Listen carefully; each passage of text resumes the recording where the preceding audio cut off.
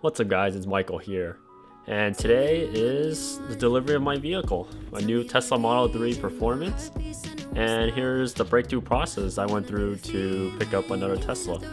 And if you enjoyed these type of videos, please comment down below and subscribe. And now let's get on to the delivery process. Alright, almost there, picking up my new Tesla Model 3 Performance. And once you arrive, probably check out the usual. Like last time I took delivery of the previous Model 3, got checked for any panel gaps, any damages. Most likely will have paint swirls and stuff, but hey, it is what it is. But mainly make sure the car runs and functions, and do an update on it, comparing the three vehicles. Now have the long range Model 3, and now the Performance, and the BMW M340i. First of all, this feels like Tesla's gonna become a next Apple, which is honestly, I say it's a bad thing. So I heard people heard about how when you do software updates for phones, that they cut your battery.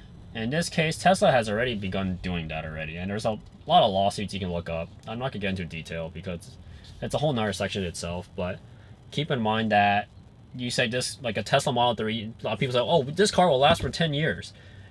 Yes, it will last for 10 years, assuming they don't purposely destroy it. Planned obsolescence, right? For example, light bulbs would be the perfect example of this. And I can see this happening, and it has already happened to my previous Model 3. Currently looking around 2.5 years old, 3 years old. Max charge was 353. Now my maximum charge in that car, which my dad actually drove it to Las Vegas, maximum charge now is 319 after all the software updates. And losing about like what, 20-30 miles, fine, it's still in the 300 mark, but within 2.5 years, lost 20-30 miles. That's pretty upsetting. And you know, I expect for the Model 3 Performance that I'm currently driving, it's gonna happen too. So I'm pretty sure you guys already know where this is going, whether or not for my next daily driver. And of course, I have a weekend car on order too, and that one's gotta come in a few years, but that's a whole story for another time. So first, looking at how much it costs to drive the car. No oil change, most likely no brake change, but you will, assuming this car lasts about a decade, you will have something like a transmission fluid change, which is a box underneath, which Tesla actually doesn't mention it. You can look at other YouTubers like Rich Rebuilds. They get into more in detail. And Electrified Garage, they get into more detail of what's inside the car that actually might need a fluid or a type of grease change. So that, I mean, that's within 10 years, so it's still better than a BMW. But mainly is whether or not does you save money. So first, some people drive the car for clout. Yeah, autopilot and all that stuff, like pretty great. Feels like Chevy Super Cruise is better, honestly, from when I used it. But both of them, yeah, I use it in times, but most of the time I drive myself. I prefer putting my life on my own hands instead of having an AI do that for me. So besides the software updates and getting destroyed or cucked by Tesla themselves, in this case them becoming under Apple, there are a couple times where first the turn signals sometimes do not turn on. I don't know why, maybe it's a glitch in the system. So sometimes if I turn my turn signals too fast, some reason the turn signals just won't start. So when I signal left or right, I have to click it at least between 2 to 3 times and it finally turns on. That's a minor annoyance compared to BMW, just click it on right away. This happened to the previous model, and this looks like more of a software issue than a hardware issue at this point. I don't know if they're gonna fix it, but it's a problem that I find kind of annoying. Fine. There's another one's really annoying, and it's a deal with their car wash. So back then, when you wash a Model 3, take it to a car wash that is not washed by hand or washed by yourself, the car would have problems with like the door opening. Well, now you have something called car wash mode. But I found out recently that you still has problems, even if you put your car in car wash mode, which is when I was washing my car, something, I don't know what happened, either shorted it or the computer just took a crap on itself. And I couldn't find any fixes for this online, which is pretty ironic. I thought people would have this problem after washing a car. So there's turn signals in the car that makes a little click sound, for example, like this. It's pretty subtle.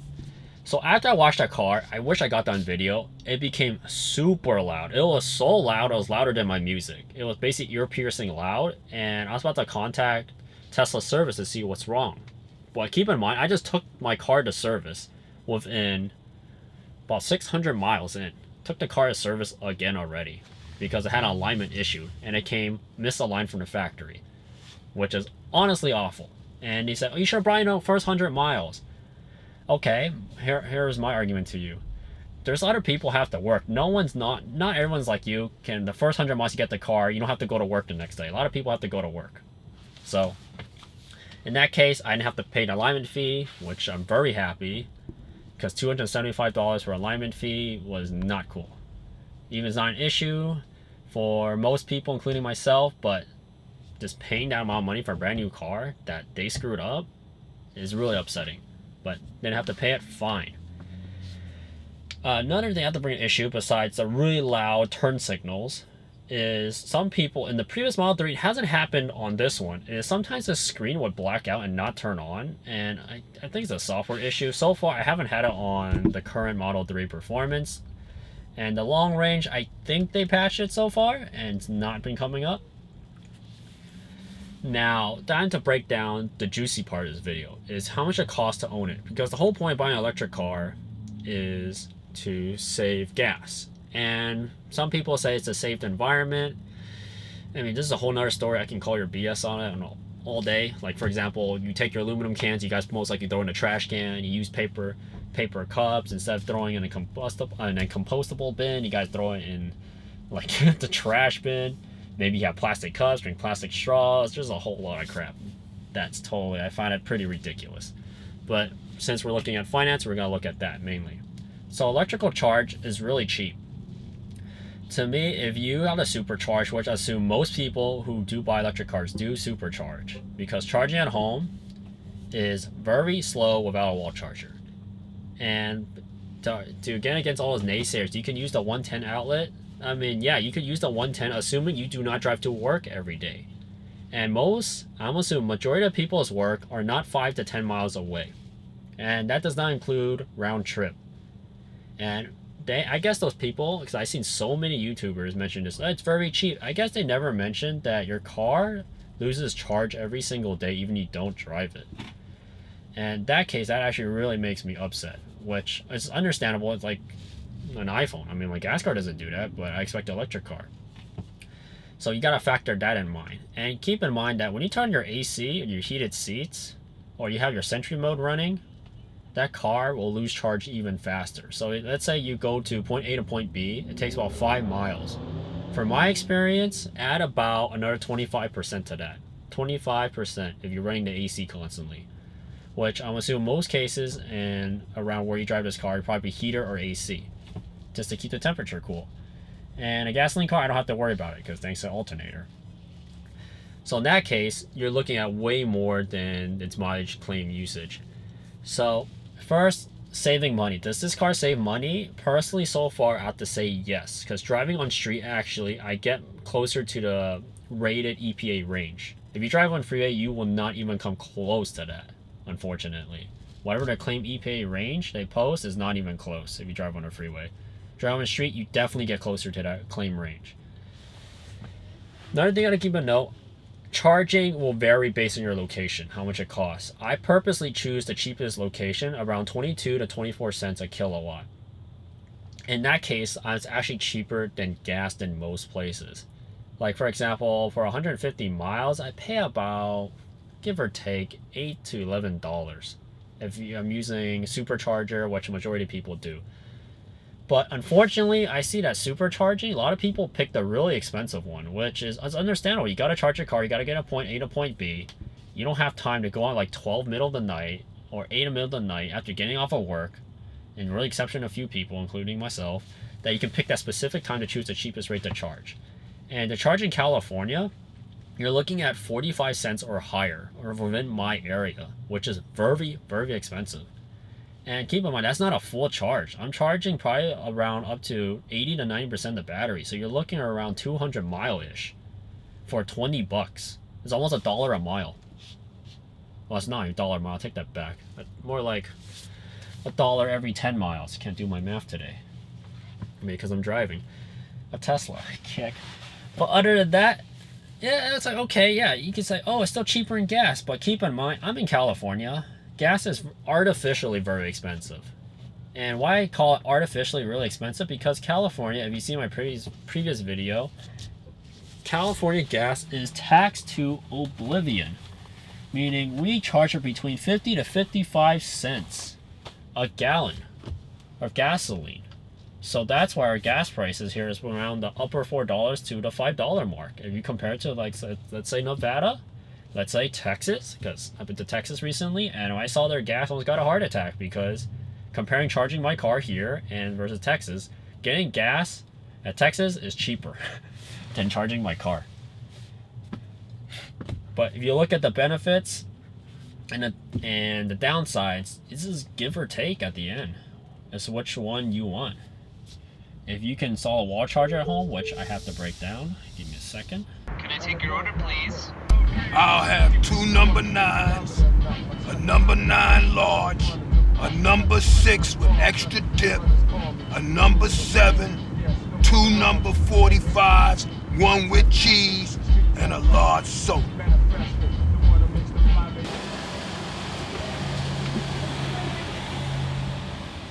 So if you're looking comparable prices, it really depends on where you live. So in my case, electricity is cheaper, but if I lived in Texas and drove this car, it'll probably be a lot closer. And can't do the math right now, but definitely a lot closer.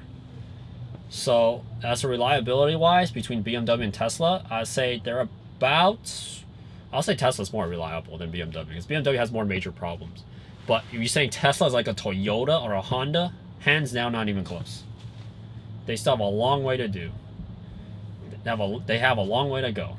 Besides a panel body gap, software not working, misalignment, you got the car not driving straight from the misalignment, you got a lot of dents everywhere, scratches. It's a whole nother issue that they're still not done with. And software wise, God, this is becoming another Apple. I can see it.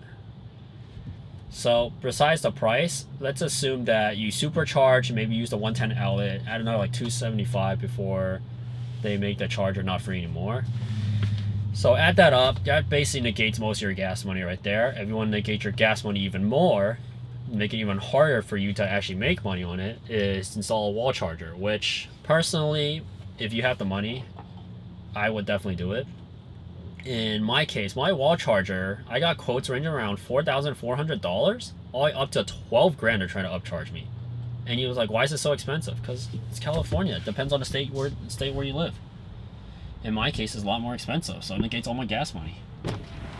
The car itself, not a bad driving car. If you're looking at which one's cheaper, it's debatable. So as I mentioned, a wall charger itself, very expensive. If you drive a lot to workplace, which I assume most people do, drive definitely over 10 miles. Over 10 miles, then your 110 outlet will not save your butt. Guaranteed, because if it's 10 miles to get to work, add another 25% to 50%, and that'll be your real mileage.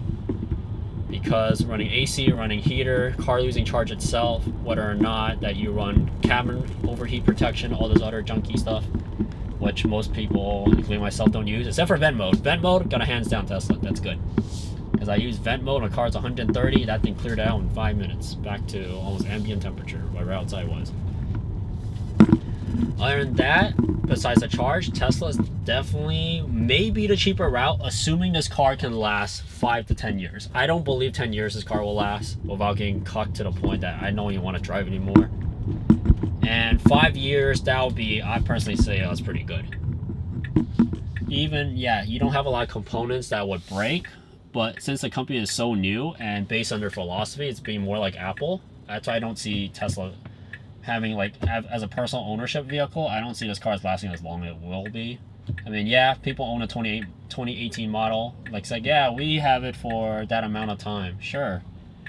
But does that apply to everyone? That's the most important problem.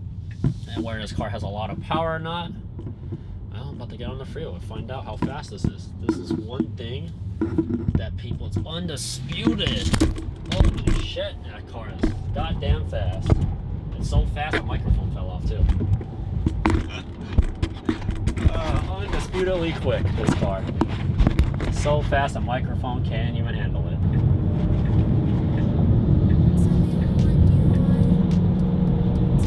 So the main question is, if you're gonna get a Tesla, get the wall charger. The wall charger will save you a lot of headache. And once you get the wall charger, you don't have to worry about it anymore. And if you're looking to get a Tesla to save money, hands down, that's not the right way to go. Buy a used car, get a cheap Honda or Toyota. That's your best way to save the most amount of money. Now, if you are getting the car to help the environment, there are a lot of other ways you could help the environment than buying a really overpriced vehicle. At this point, I'm gonna have to say you're being hypocritical.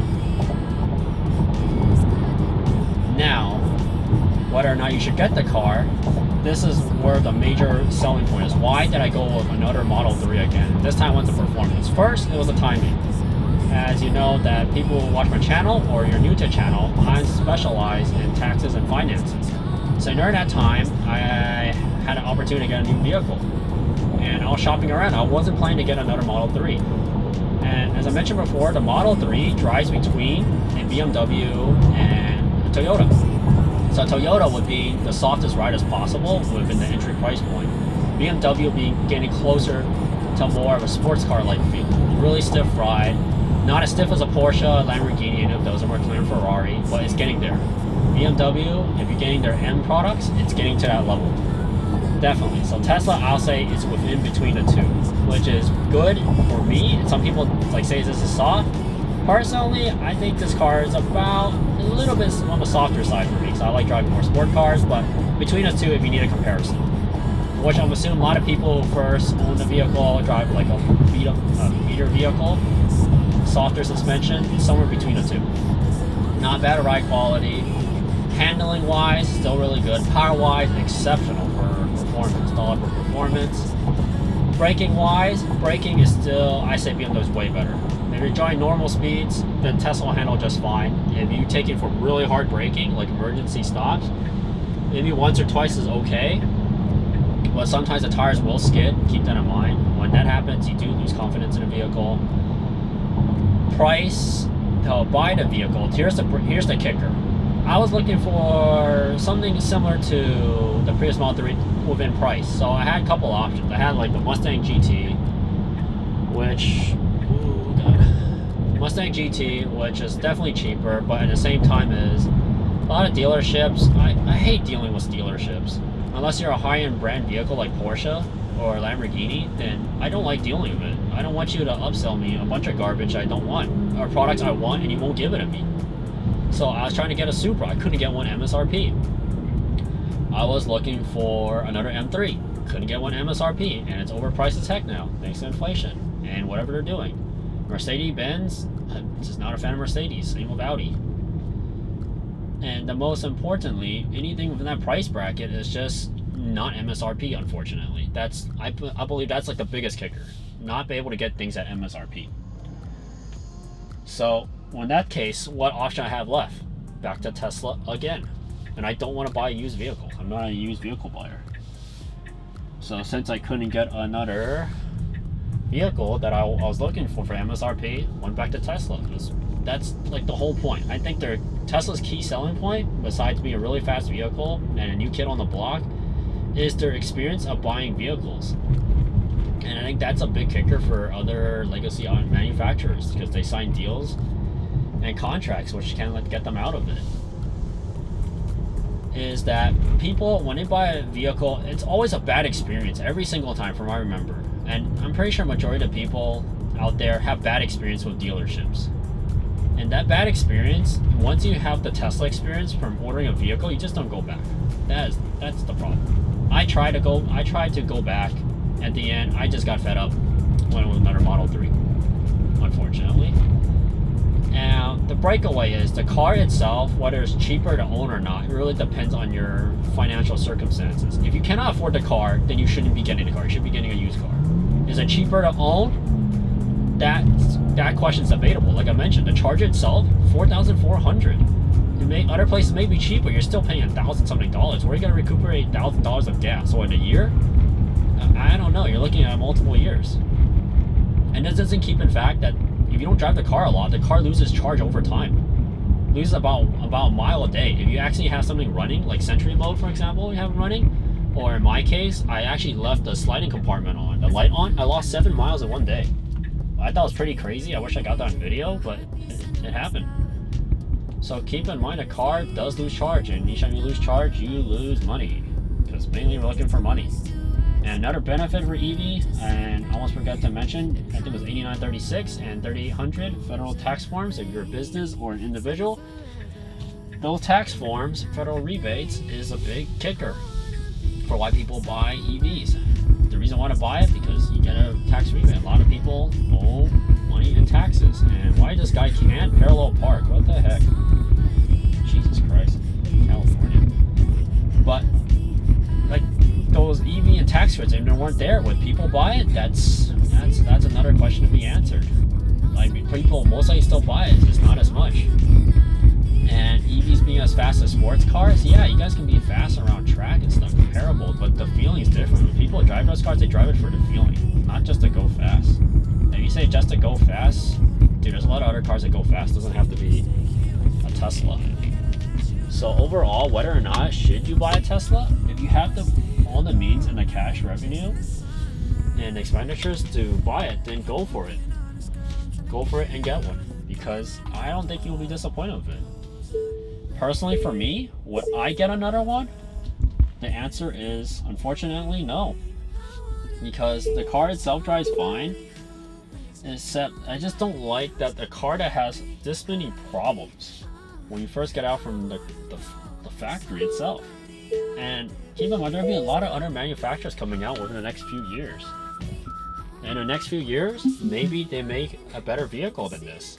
And a lot of people say, oh my god, there's Lucid. Oh god, they didn't do better, or Rivian. But keep in mind, they're not the only car company out there. And just give it some time. Competition is a good thing.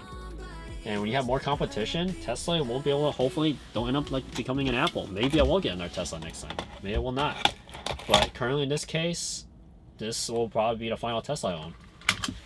And whether or not at the end where you guys should own an EV, that really depends on you. If you have the means and necessary to own the biggest and newest, coolest tech product, and keep in mind this car is a tech vehicle. This is not really a vehicle that will go up in value. Personally, I don't never see it going up in value. And a lot of people back then said it went up in value because there was a scarcity. Does the car really worth that much? No, unfortunately.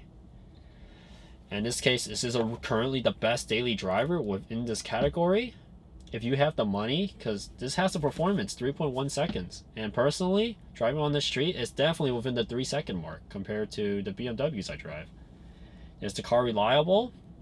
So far, I mean, if you're looking at reliability without all the minor issues, it like gets from you point A to point B, maybe it's like half broken, half dead. Yeah, I mean, the BMW does that too. Does Tesla do it cheaper? Well, that's assuming you don't include the charger and your time to go. If you have to supercharge, and doesn't include your time. So if you supercharge, people said it takes 10 minutes. No, that's absolutely BS. That doesn't include you driving there. Same with pumping up gas. Then you got to plug it in. Keep in mind that car says that if you're trying to charge from like 20% to 80%, that does not take 10 or 20 minutes. You're looking at least an hour. Because if most people will charge at 90%, not 100, maybe between 80 to 90%, you're looking at around an hour. You gotta charge it. When it gets higher charge, it will slow down. And when it slows down, that's when the timer kicks up.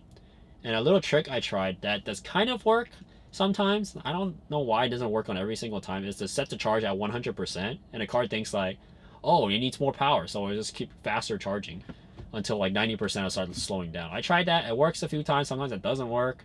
I don't know. The car sometimes is really cranky with me, maybe because I talk so much crap about it. As for interior option-wise design, BMW definitely better. Color-wise and choices, hands down goes to BMW. One thing I have to nitpick why I would not get a Model 3 is overhead display. If people said you don't need it, you have the big screen in the middle, you don't understand, which I believe same with people who own supercars. Like they say, you don't understand until you get in a vehicle and actually try it and drive it. And I have to agree with them. And after trying something with overhead display, like Tesla has a massive front dash. They could put an overhead display. I would gladly pay a little bit more just to have that overhead display, because if you try that in a BMW, an Audi, or Mercedes, especially Mercedes high-end vehicles like their S-Class, you will not go back turning over and looking at Tesla's screen, because that's hands down a game changer for navigation. because as a daily driver, I'm trying to get in point A to point B, and navigation is a key factor. Which brings down navigation. Navigation itself is pretty much typical. And they require you a subscription service, $10 a month. And I find that pretty disappointing because I feel like Tesla can at least provide like a yearly package instead, like BMW and all the other manufacturers. Like pay a certain amount a year. And Tesla, they only give you the free trial for 1 month. And when you get a new car from other dealers, they give you for at least a year to couple years. Tesla gives you a month. So if you say Tesla is a really pro-green environment or prosumer, no. I hate to break it to you, they're literally another Apple. And it's already showing signs of it, getting more and more closer now. So that's why, for the phone, I find it has a low expenditure cost compared to a car. A car, it's getting to the point that I don't want this vehicle to become an Apple and force me to upgrade every time on their set schedule. So I'm hoping another manufacturer will come out with a better vehicle within the next few years.